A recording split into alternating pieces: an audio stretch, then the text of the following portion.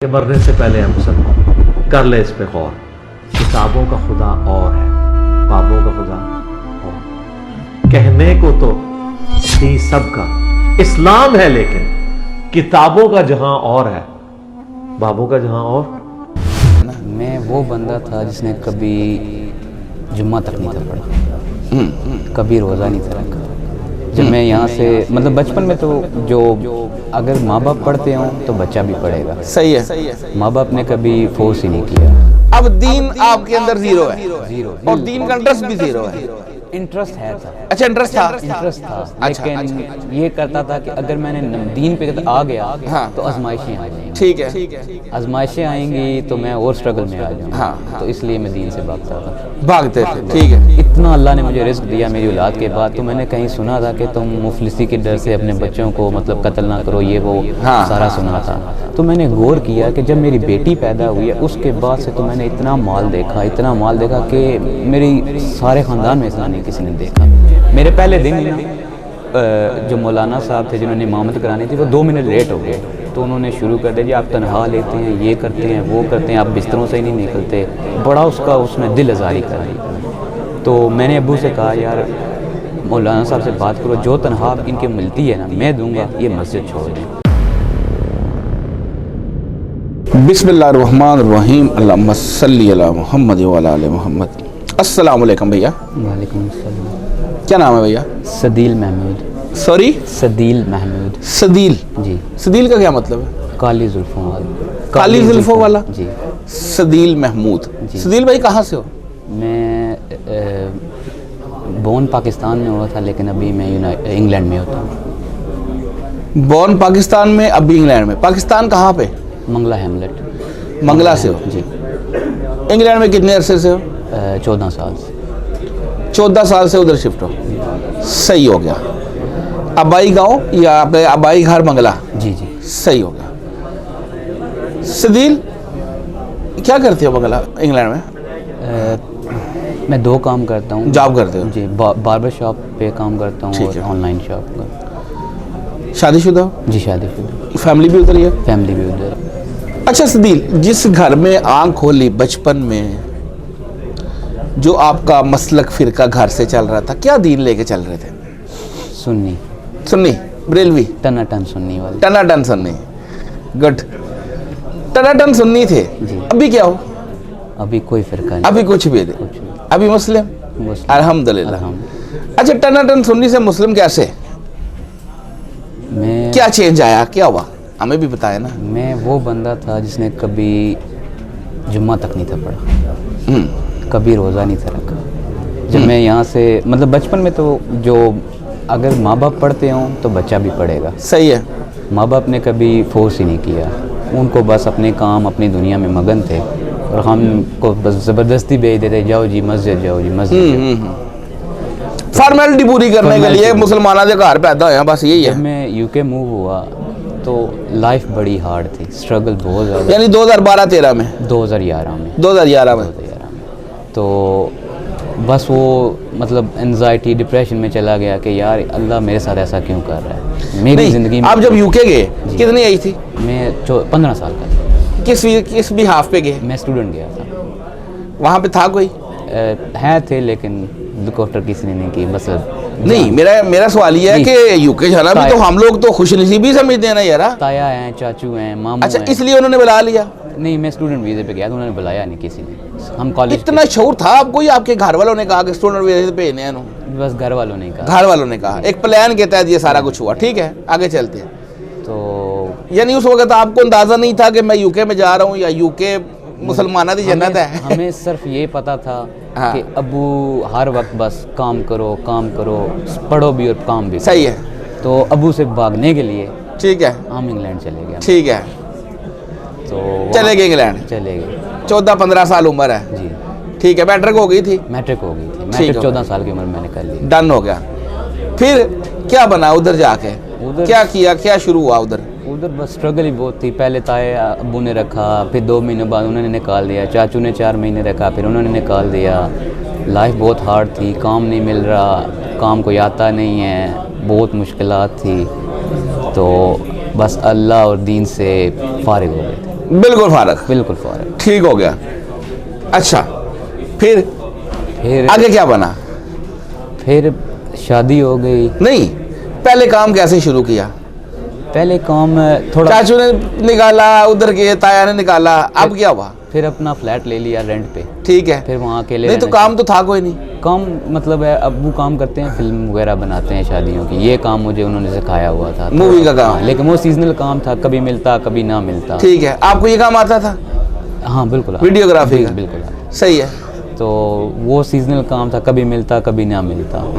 तो एक अल्लाह का बंदा था, है वो कट्टर वहाबी, हाँ, लेकिन बड़ा ही अच्छा बंदा। यूके में मैं उसके पास बाल कटवाने गया, उसने कहा यार भाई मुझे बंदा चाहिए, आपको मैं सिखा दूंगा, आप मेरी शॉप खोल दिया करो। उसने मुझे था पाकिस्तानी? हाँ पाकिस्तानी, इस्लामगढ़ से। उसने मुझे काम सिखाना शुरू कर दिया। थोड़ा है लेज़ी था वो, खुद शॉप पे आता नहीं था। इस तरह मुझे बड़ी जल्दी काम आ गया, 3-4 महीनों में ना मुझे काम आ गया। ठीक है। इस तरह मैंने बाबर शॉप पे काम शुरू कर दिया। वो मैंने तकरीबन साथ स्टडी भी चल रही थी? नहीं, स्टडी वगैरह तो वो अब वो बस एम ही होता है। हाँ, कॉलेज थे, कॉलेज जाते साथ बंद हो गए। डन हो गया। वो इस तरह वो, यानी आपने अपना जो है सर्किट इस तरह चलाना शुरू कर दिया, फ्लैट ले लिया। ठीक हो गया। अब दीन आपके अंदर जीरो है? जीरो। और दीन का इंटरेस्ट भी जीरो है? इंटरेस्ट है था। अच्छा, इंटरेस्ट था। अच्छा। लेकिन ये करता था कि अगर मैंने दीन पे आ गया, हाँ, तो आजमाइशें आ जाएंगी। ठीक है। आजमाइशें आएंगी तो मैं और स्ट्रगल में आ जाऊंगा। हाँ। तो इसलिए मैं दीन से भागता था। भागते थे। ठीक है।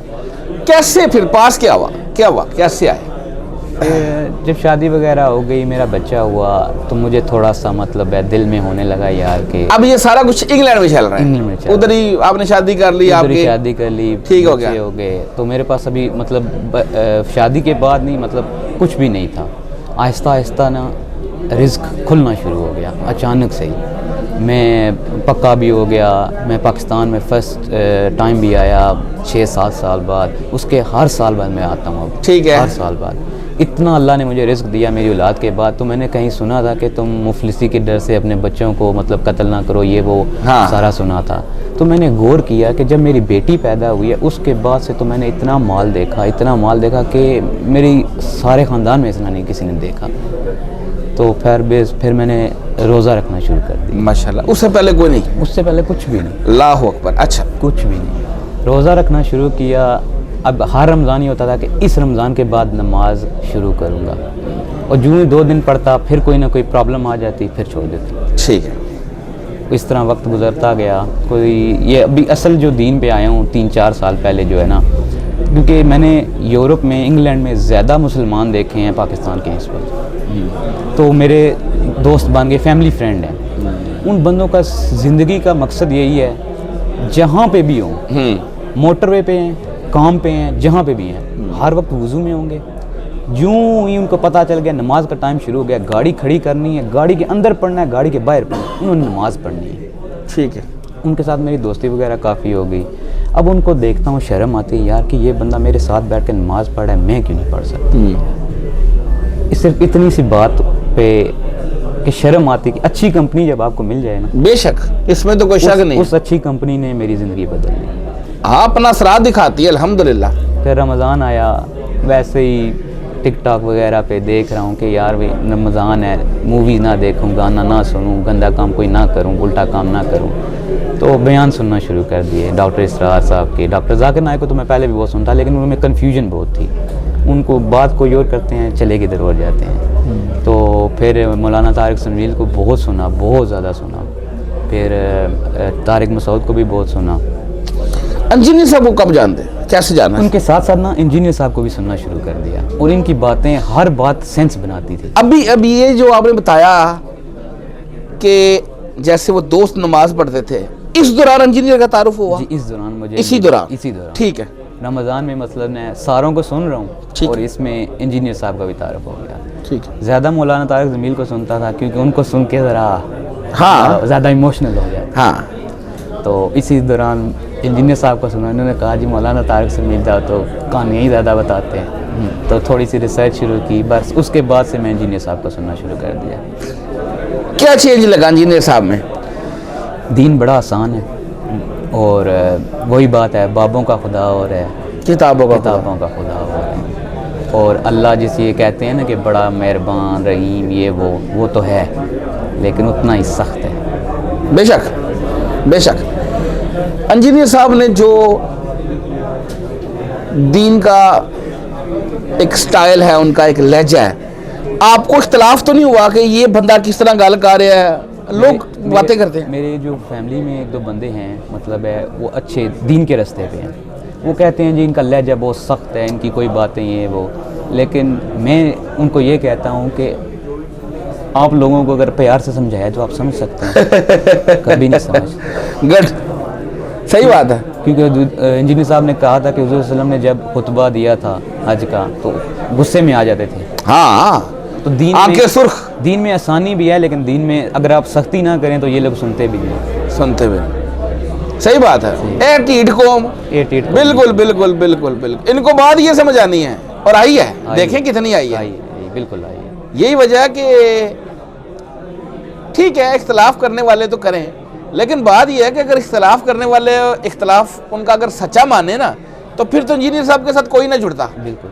आज यूथ जेन जी अपने माँ बाप की नहीं सुनती और इंजीनियर की तल्ख बातें सुन रही हैं। बिल्कुल। देखे ना, ये चेंज है ना। फिर कि वो चाहती हैं कि टीचर ऐसा ही हो जो इस तरह की बात समझाए। ठीक हो गया। अब जब आपने इंजीनियर साहब को सुनना शुरू किया, फिर नमाज रोज़ा और ये सारी चीज़ें ज़िंदगी में ले आए। बिल्कुल। ठीक हो गया। वो जो आपके दोस्त थे जो प्रैक्टिसिंग मुसलमान थे जी, उनके अंदर भी था ये इंजीनियर साहब का कंसेप्ट? वो सुनते थे? वो कौन थे? वो भी मसला है, मुसलमान ही है। फिरका वारियत से निकले हुए लोग निकले हुए लोग बस। जबरदस्त। ना सुनने चाहिए इंजीनियर साहब को। बात यह है कि कुरान और सुन्नत पे चलने वाला होना चाहिए और फिरका वारियत से निकला हुआ बंदा होना चाहिए। ठीक है, टॉलरेंस जिसके अंदर हो, हौसला हो बात करने का, बात सुनने का। सही हो गया। अच्छा, अब पाकिस्तान में जब आते हैं यहाँ पे क्या हालात है? यहाँ पे तो कोई नहीं कहता इस तरह के केड़े पासे लग गए हैं कि इधर तो है ना वो कल्चर। जब आया हूँ ना, तो जिस मस्जिद में हम पहले नमाज पढ़े, मैं तकरीबन सारी मस्जिदों में जाता था, तो मुझे कोई मज़ा नहीं आ रहा, क्योंकि उन्होंने मेरे पहले दिन ही ना जो मौलाना साहब थे जिन्होंने इमामत करानी थी, वो 2 मिनट लेट हो गए। तो उन्होंने शुरू कर दिया जी आप तनहा लेते हैं, ये करते हैं, वो करते हैं, आप बिस्तरों से ही नहीं निकलते। बड़ा उसने दिल आज़ारी कर दी। तो मैंने अब्बू से कहा यार मौलाना साहब से बात करो, जो तनख्वाह इनके मिलती है ना मैं दूंगा, ये मस्जिद छोड़ दें। कि जो बंदा आपको दीन मतलब आपको नमाज पढ़ा रहा है, आप उसका दिल कैसे दुखा सकते हैं? सिर्फ 25,000 रुपया दे के आपने उसको ख़रीद लिया है। अगर आपको इतना दीन आता है तो आप खुद इमामत करा लें। तो अब्बू कहते हैं तुम इस चक्करों में ना पढ़ो, तुमने चले जाना है, पीछे लड़ाई पड़ जाए। तो वो मस्जिद छोड़ी। तो मुझे क्रिकेट खेलने का बड़ा शौक़ है, तो मैं क्रिकेट भी अभी भी खेलता हूँ। तो बच्चे कोई मिले तो वो वहाँ हमारे वाबियों की मस्जिद, उसको कहते हैं वाबी। उसने कहा यार भाई मैं चला हूँ, मैं इमामत कराता हूँ। तो मैं चला हूँ, मैं भी तुम्हारे साथ चलता हूँ, देखता हूँ वहाँ क्या होता है। वहाँ गया जी, रफ़े दैन भी हो रहा है, पाँव बिल्कुल साथ में लाए जा रहे हैं, नमाज कोई 15-20 मिनट की होती है माशाल्लाह। तो बड़ा मज़ा आया, सुकून आ गया, क्योंकि यहाँ पे तो 5वां गेर पड़ा होता है, अल्लाह अकबर अल्लाह, वो सूरह फातिहा ही नहीं पढ़ने देते। ऐसे ही है। वो जब मैंने नमाज वगैरह वहाँ पे पढ़ी तो सारे गांव में रौला पड़ गया। वो जी साजिद साहब का बेटा तो गुमराह हो गया। अब्बू को मैंने पहले बता दिया कि शिकायत आएगी घर। वो कहते अब अब्बू को पता है कि ये लोग ठीक पढ़ाते हैं नमाज, कहते हैं कि वो नमाज ज़्यादा सही पढ़ाते हैं, तुम उधर ही पढ़ा करो। और इस तरह जो है ना, लेकिन अभी भी कई लोग ऐसे हैं, फैमिली में ऐसे बंदे हैं जो जिनको पता चला है और मुझे सलाम भी नहीं देते। आपकी जो अपनी फैमिली, मिसेस, बच्चे तो चलो छोटे होंगे, वाइफ, उनको दीन का तरीका बताया? मेरी वाइफ का जो ना फैमिली है ना, वो बहुत ही मतलब कट्टर सुन्नी, ये ख़त्म वगैरह दरबार ये वो सारा कुछ, लेकिन उसको ना उन्होंने दीन सिखाया, ना उसको कुरान पता, ना उसको नमाज पता थी। तो जब उनसे पूछा गया तो हमने तो भेज दिया था मस्जिद।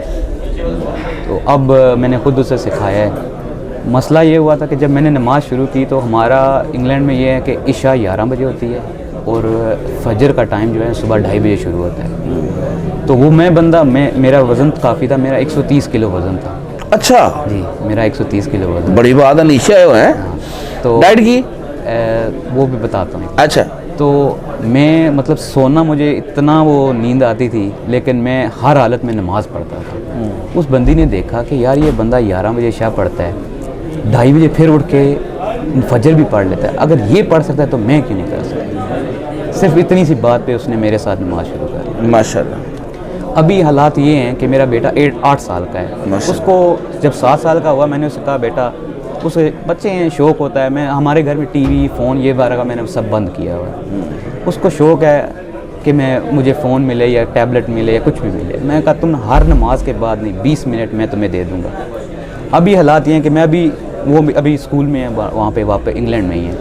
अभी उसके हालात ये हैं कि रात को 1:30 हुआ ना, उसको नहीं पता कि टाइम क्या हुआ है, बाप तो घर पे मौजूद नहीं है, अम्मी तो जब टाइम होगा तो उठेगी, अलार्म तो बोल नहीं रहा, वो 1:30 बजे उठ के वुज़ू करके नमाज़ पढ़ लेती। माशाल्लाह, यही बात है, तरबियत यही होती है। आप बच्चों को लगा दो बस। क्यों, बाप पढ़ रहा है, माँ पढ़ रही है तो बच्चा पढ़ेगा। बिल्कुल ऐसे। मेरा 3 साल का बच्चा अभी रोता है मेरे साथ कि मैं भी मस्जिद जाऊँगा। अल्हम्दुलिल्लाह। काश ये सब कुछ हमारे माँ बाप ने हमारे साथ किया होता। चलें, देखिए गुमराहियाँ सही, लेकिन ये है कि इन्हीं की वजह से आज हमें उस पैशन का फिर शऊर भी आया और उस पैशन का शौक़ भी है कि हम अपने बच्चों को चाहेंगे, आने वाली नस्लों को एक सीधा रास्ता नज़र आता रहे। और जो वज़न की बात है, जब वज़न बहुत ज़्यादा था, नींद आती थी, मतलब उठा नहीं जाता, बैठा नहीं जाता, सांस चढ़ जाती। लेकिन रमज़ान आया तो मुझे बुखार हो गया बहुत सख्त। लेकिन मैं कहा रमज़ान है, रोज़ा भी रखना है, तो मैं कुर्सी पे बैठ के नमाज़ पढ़ रहा और मेरे दिल में कुछ ऐसी बात आई, ये जिस दिन मैंने मतलब पहला रमज़ान शुरू किया, कि अगर मैं रमज़ान में इस हालत में भी नमाज नहीं छोड़ा तो मुझे किस बात ने रोका हुआ है कि मैं बाद में नमाज ना पढ़ूँ। कि बुखार है, बीमारी है, जो भी है, मैं पढ़ तो रहा हूँ। बस उसके बाद मैंने सोचा या अल्लाह, मैं सजदे में दुआ की या अल्लाह के या वज़न कम कर ले या मुझे ही उठा ले। उसके बाद थोड़ा मामलात हुए, मैं तुर्की गया, वहाँ से ऑपरेशन कराया हुआ, इसको कहते हैं गैस्ट्रिक बाईपास, गैस्ट्रिक स्लीप। उन्होंने मेरा मैदा जो है ना अंडे के साइज़ का कर दिया। ठीक है, वो मैदा काट देते हैं। मेरा खुराक जो है ना अब बिल्कुल थोड़ी सी है, ठीक हो गया, लेकिन मेरी नमाजें जो है ना वो पक्की हो गई, अल्हम्दुलिल्लाह। तहज्जुद पक्की हो गई है, लेज़ीनेस ज़िंदगी से ख़त्म हो गई है। हाँ, अभी मतलब है जितना मर्ज़ी थका हुआ हूँ, नमाज नहीं छोड़ता, तहज्जुद नहीं छोड़ता मैं। ज़बरदस्त ज़बरदस्त ज़बरदस्त। और तहज्जुद में मैंने दुआएं की कि या अल्लाह जिस तरह मुझे हिदायत है मेरे ख़ानदान को दे। ये मेरे भाई बैठे हैं, ये भी एक उधर बैठा हुआ है माशाल्लाह। इन्होंने भी कभी मतलब है अब्बा ने कह दिया तो पढ़ ली तो छोड़ दिया। मैंने दुआ की या अल्लाह इनको हिदायत दे। मैंने उम्रे पे जाना था, इन्होंने ख्वाहिश की कि हम जाना चाहते हैं। मैंने मतलब है अपना कैंसिल किया, इनको पैसे दिए, ये उम्रा करके आए। अब ये 5 वक्त नमाज़ पढ़ते हैं माशाल्लाह, और हमारे साथ पढ़ते हैं, रफ़ा दैन भी करते हैं, तरीके से नमाज़ पढ़ते हैं। अल्हम्दुलिल्लाह अल्हम्दुलिल्लाह। ठीक हो गया। अभी कितनी छुट्टी आए हुए हैं?